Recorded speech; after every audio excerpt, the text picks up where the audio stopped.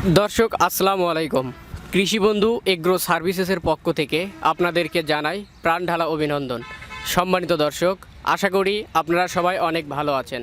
দর্শক, আমি আজকে আপনাদেরকে দেখাবো মাস আমের গাছের বয়স হলে সেই গাছে কলম লাগানো যাবে। সম্মানিত দর্শক, এই যে আপনারা যে আমের গাছগুলি দেখতে পাচ্ছেন, এগুলোতে কলম লাগানো হবে। ইতিমধ্যে আরও কিছু সংখ্যক গাছে এখানে কলম লাগানো হয়েছে।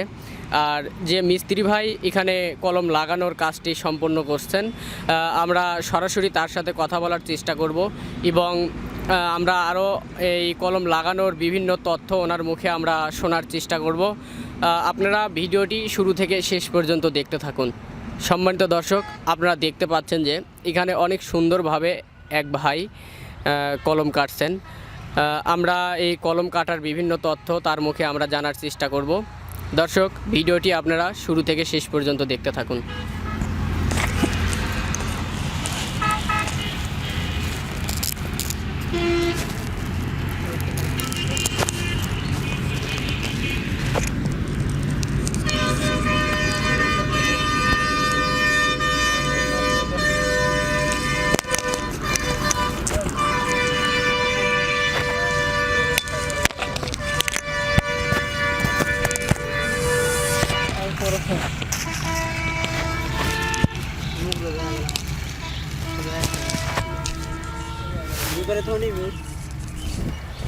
সমস্যা নেই, পরে কাটলি।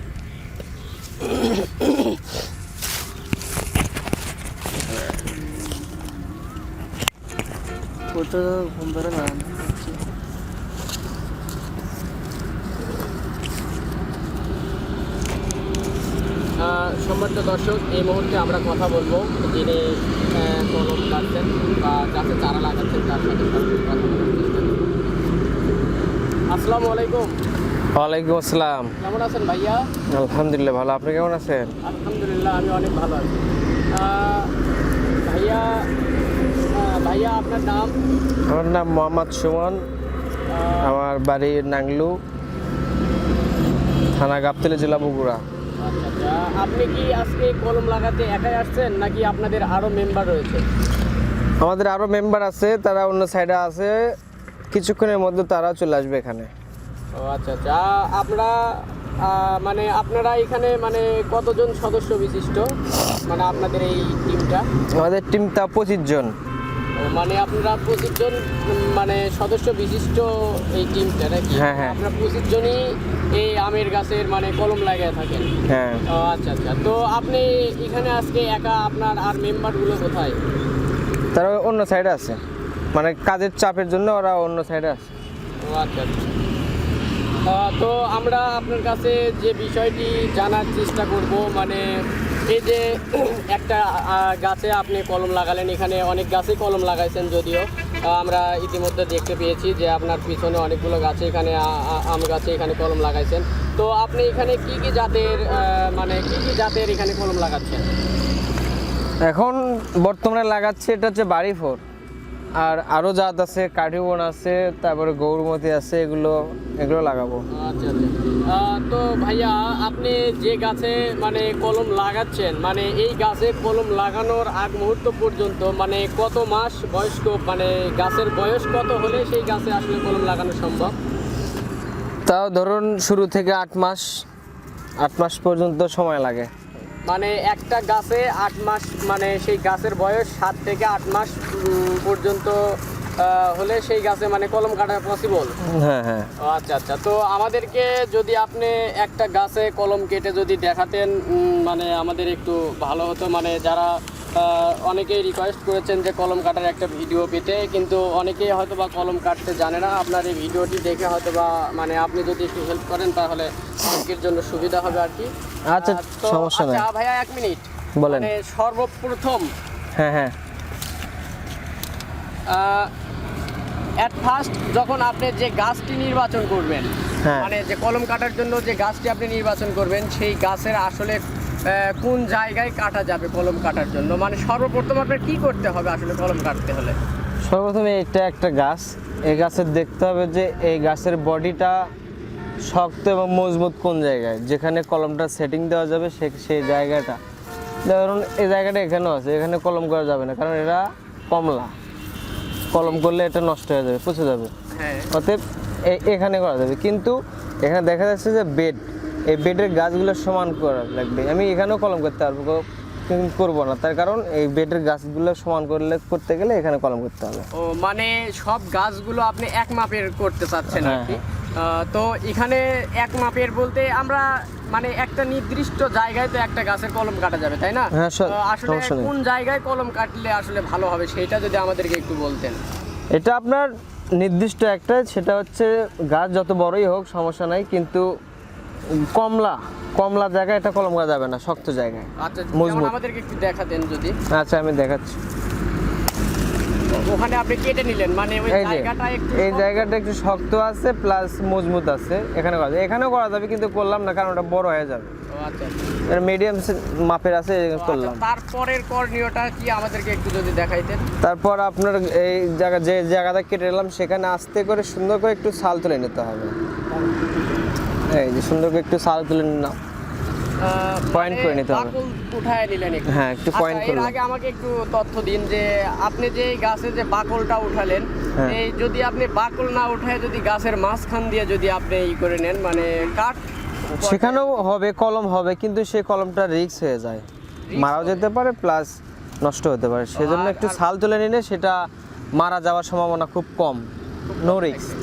আচ্ছা, তারপরে করণীয়টা আসলে কি করতে হবে? তারপরে যে আমের যে ডাল আছে, এরকম বড় বড় গাছের ডাল থাকে, এরকম আমের ডাল, সেই ডালগুলো আমরা অনেক জায়গা থেকে সংগ্রহ করি, যেমন এটা সংগ্রহ করছি। সেটা আচ্ছা, হচ্ছে এটা, এই যে কলমগুলো মানে আপনি কোথায় থেকে সংগ্রহ করছেন যদি একটু এটা বলতেন? অন্যান্য বাইরের থেকে সংগ্রহ করি, যেমন আপনার নওগাঁ সাপাহার আছে, রংপুর আছে, দিনাজপুর আছে, এইসব জায়গা থেকে এগুলো সংগ্রহ করে নিয়ে আসতে হয়। আচ্ছা, একটা মানে কলম, এই হ্যাঁ। যে কলমটি আপনি লাগাবেন, এটা আসলে আমরা কিভাবে বুঝবো যে আসলে এই কলমটি ভালো, এই কলমটি ফুটবে আর এই কলমটি ফুটবে না, সেটা আসলে দর্শক কিভাবে জানতে পারবে? ও, সেটা আপনাকে নির্ধারিত করতে হবে, দেখতে হবে এই যে আমের ডালটা, এই ডগাটা দেখতে হবে যে তার মাথাটা সরে গেছে কিনা, প্লাস এখানে কোনো পোকা মাকড়ের কোনো ডিস্টার্ব কিংবা পচে গেছে, নষ্ট হয়ে গেছে, ডালের ভেতরে দাগ থাকে, অনেক টাইমে দাগ দেখা যায়, কালো কালো দাগ দেখা যায়, ওই দাগ থাকলে সেটা হবে না, নষ্ট হয়ে যাবে। আচ্ছা, অনেকেই বলে যে যে ডগায় যে যে আপনি চারা নিয়েছেন, কলমটি নিয়েছেন, তার ডগায় নাকি ফুটে গেলে হয় না। আসলে একটা চারা হ্যাঁ। যদি আপনি নিয়ে দেখাতেন যে আসলে এই চারাটি হওয়ার সম্ভাবনা কম। এই যে যেমন আমার এখানে একটা আছে, অলরেডি একটা আছে, এই যে দুই সিস্টেম, এইটা হচ্ছে ফুটে গেছে, এটা অলরেডি ফুটে গেছে, এটা লাগালে অলরেডি এটা ঝরে পড়ে যাবে, তখন ডালটা নষ্ট, ফাঁকা থাকবে, এই জায়গায় এটা পড়ে যাবে, তখন আর এটা হবে না, যার জন্য এটা নষ্ট, এটা বাতিল করে দিই।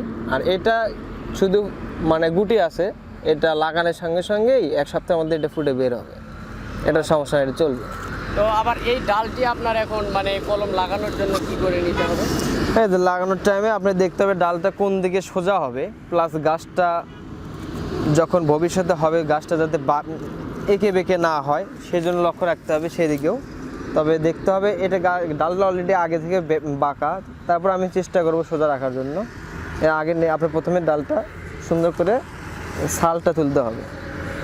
এখানে ছাল প্লাস মানে কাঠটা এখানে মানে সমান করে আপনি চেষে নিচ্ছেন? হ্যাঁ, চেষে নিলাম, এই যে সমান করে আমি নিলাম। তারপর আমার মানে এটা আমার থিতিসে রাখতে হবে যে আমি পয়েন্ট কতখানি রাখছি আর এখানে পয়েন্ট কতখানি করলাম, এটা অলরেডি মাপে হয়ে গেছে। তারপরে মাপ করে নেওয়ার পর এখানে এর ভিতরে পয়েন্টে ঢুকে দিলে, ওই যে গাছে আপনি চারা কাটতেছেন সেই গাছে আপনি বাকল কতটুকু উঠাইছেন তার উপর ডিপেন্ড করে আপনার এই চারাটিও অতটুকু আপনি ই করে নেবেন। হ্যাঁ হ্যাঁ। আর সেই ক্ষেত্রে যদি আপনার একটু মানে যে যতটুকু বাকল ওঠানো রয়েছে তার চেয়ে একটু যদি উপরে যদি থাকে সেই ক্ষেত্রে আপনার কি অসুবিধা হতে পারে? যেমন বাকল এখানে আছে, যদি এতটুকু রাখি সেটা হবে না, এখানে ফাঁকা আছে। তারপর আবার এখানে পুরোটা আমি যখন ঢুকে দেবো তখন জায়গাটা পুরোটা নিয়ে নিল, প্লাস এখানে সমানটা হয়ে যাবে, জয়েন্টটা খুব তাড়াতাড়ি লাগবে। আচ্ছা আচ্ছা, এরপরের করণীয়টা কি করতে হবে? এরপর আপনার হচ্ছে কাগজ আছে, পলি বা যেটা বানাতে আমরা পলি ব্যাগ বলি, এই যে এই পলিটা সুন্দর করে যাতে জয়েন্টটা লেগে যায়, যার জন্য সুন্দর করে একটু এরকম টানে এরকম আটকে দিতে হবে, মানে যাতে ওখানে কোনো আটা, এর ভিতরে যে আটাটা আছে এই আটাটা খুব তাড়াতাড়ি লেগে যায় এই পলিথিনের সাহায্যে। মানে কোনো বাতাস প্রবেশ করতে দেয়া যাবে না আর কি? না, বাতাস হাওয়া এসব কিছু প্রবেশ করা যাবে না। হ্যাঁ, আমি যেরকম দিছি বাতাস কেন কিছু ঢুকবে না। আচ্ছা, আর এই গাছটি আসলে পরিপূর্ণ হতে আসলে মানে এই পলিথিনটা আমরা কতদিন বয়সে এটা উঠাতে পারবো? এই ধরেন 1 থেকে 1.5 সপ্তাহের মধ্যে আপনার হচ্ছে এই গাছটা ফুটে যাবে। তারপরে যখন ফুটবে তখন এইরকম আকৃতির প্রথম হবে, এরকম আকৃতির এখান থেকে ফুটে বের হবে এরকম। তারপরে দেখা যাবে যে এখান থেকে 2 গেটও ছাড়বে, দুইটা পোর্ট ছাড়বে, পোর্ট ছাড়ার পর দুই জায়গা থেকে পাতা বের হবে আর কি, 2 পোর্ট। হ্যাঁ, 2 পোর্ট ছাড়বে, ছাড়ার পরে এরকম কালার আসবে।